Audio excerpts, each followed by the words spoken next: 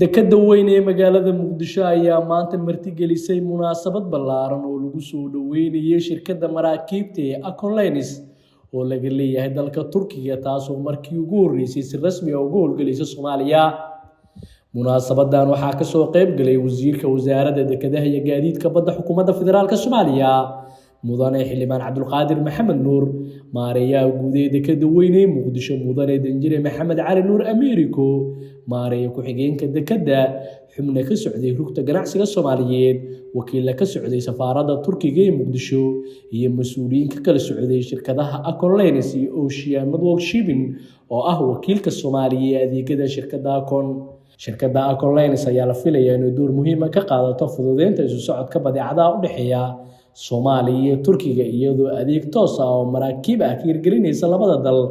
Tallaabadan ayaa la rumaysan yahay inay kor u qaadi doonto xiriirka ganacsi, maalgashiga iyo isdhaafsiga dhaqaalaha Soomaaliya iyo Turkiga.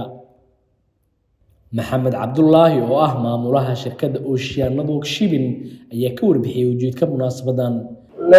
Shirka cusub oo Turkiga iyo Soomaaliya isku heli doono taasoo noo suurgashay maanta inaan daafur ugu dhigno markabkii oo noo imaado shaqadayna toos loogu bilaabato.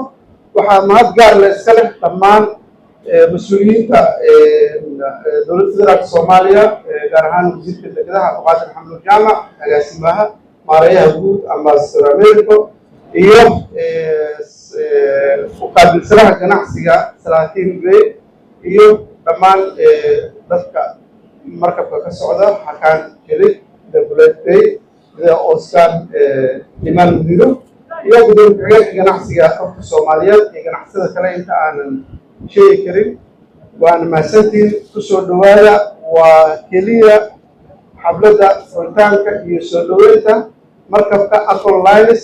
Gudoomiye ku-xigeenka rugta ganacsiga Soomaaliya Cabdiraxmaan Galambe iyo wakiil ka kala socday shirkadda Akon iyo safaaradda Turkiga ayaa iyagana munaasabada ka hadlay. waxaan bogaadinaynaa waxaan balyeelaynaa haddaan nahay ganacsatada maamulka dekada Muqdisho oo siyaasadda hogaaminayo wasiir Jaamac iyo maareeyaha dekada. waxaan leenahay hadafkiinni iyo hawshii aad qabateen miro dhalkeedii aad u muuqdaa. runtii waana fursad loo abuuray ganacsatada Soomaaliyeed iyo ummadda Soomaaliyeed guud ahaan waana ku dayasho aan isleenahay maraakiib badan ku soo dayan doonta inta hadda aad joogteen dekada. isbedelada waaweyn oo dekada ka suurta galayna waa ku hambalyeelaynaa. Somalian business partners, our friends, our brothers, we know that we have very good, close and long-standing, and the potential is high. Let's do our job the best way, inshallah. Thank you so much. Assalamu alaikum. Danjire Maxamed Cali Nuur Ameeriko ayaa sheegay in ganacsiga nooga yimaada dalka Turkiga uu soo mari jiray meelo kale hase yeeshee haatan badeecadaha si toos ah ay dalku imaan doonaan. waxaana uu sheegay in ka go'an tahay mar walba ka maamul ahaan inay garab istaagaan ganacsatada. sharaf ayay tahay maanta inaan joogno ka qayb galno munaasabadan oo ah munaasabada lagu soo bandhigayo markii ugu horeysay in shirkad Turki ah oo la yiraahdo Akon ay samayso markii ugu horeeyay oo direct call ah oo Turkiga to Soomaaliya. sharaf ayay tahay ana hadanahay dekada Muqdisho waxaa laga go'an inaan mar kasto ganacsatada Soomaaliyeed u heelino meelaha u heelino waxa kamid ah inay helaan direct calls sababtoo ah waayii hore ganacsatada markay keenayaan alaabtooda hoteelada waxay soo mari jireen magaalooyin badan ay soo mari jireen. laakiin tan waxay caddaynaysaa ama ay u sahlaysaa andahe inay maalmo yar ku yimaadaan agabkooda, inay maalmo yar mataqaanaa ay alaabtooda ugu timaado. taana waa ka shaqayn doonaa. wasiirka wasaaradda dekedaha iyo gaadiidka badda xukuumadda federaalka Soomaaliya mudane Cabdulqaadir Maxamed Nuur ayaa sheegay in ummadda Soomaaliyeed u soo hoyatay guul weyn oo muddo lagu taamiyay.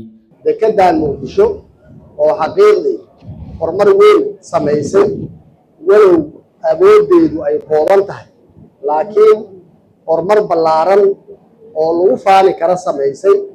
waxaa noo suurta gashay in maanta ay ku soo xirato shirkad laga leeyahay dalka Turkiga oo ka shaqeyso inay daabusho howlaha ay ganacsato waxyaabaha ay ganacsiga u baahan yihiin inay isaga kala gooshaan dunida inay maaragta la helo markab toos uga yimaada dalka Turkiga muqdisho yimaada waxay Soomaali uga dhigan tahay in loo beeqaamiyey waqtigii dheeraa oo ay meelaha qaarkood transit ku noqon jireen taas marka waxay ganacsatada Soomaaliyeed u tahay guul aad u weyn dowladda Soomaaliyeed guud ahaan guul aad u weyn ayay u tahay in ay shirkadii toos ay ula samayso falgal dekada uu leeyahay toos ugu geyso alaab waxay u baahan tahay inay hesho koow agabkii ay qaadi lahayd taas waxaa loo suurageliyey ganacsatada Soomaaliyeed midda labaad inay hesho dekada ka hesho adeegay u baahan tahay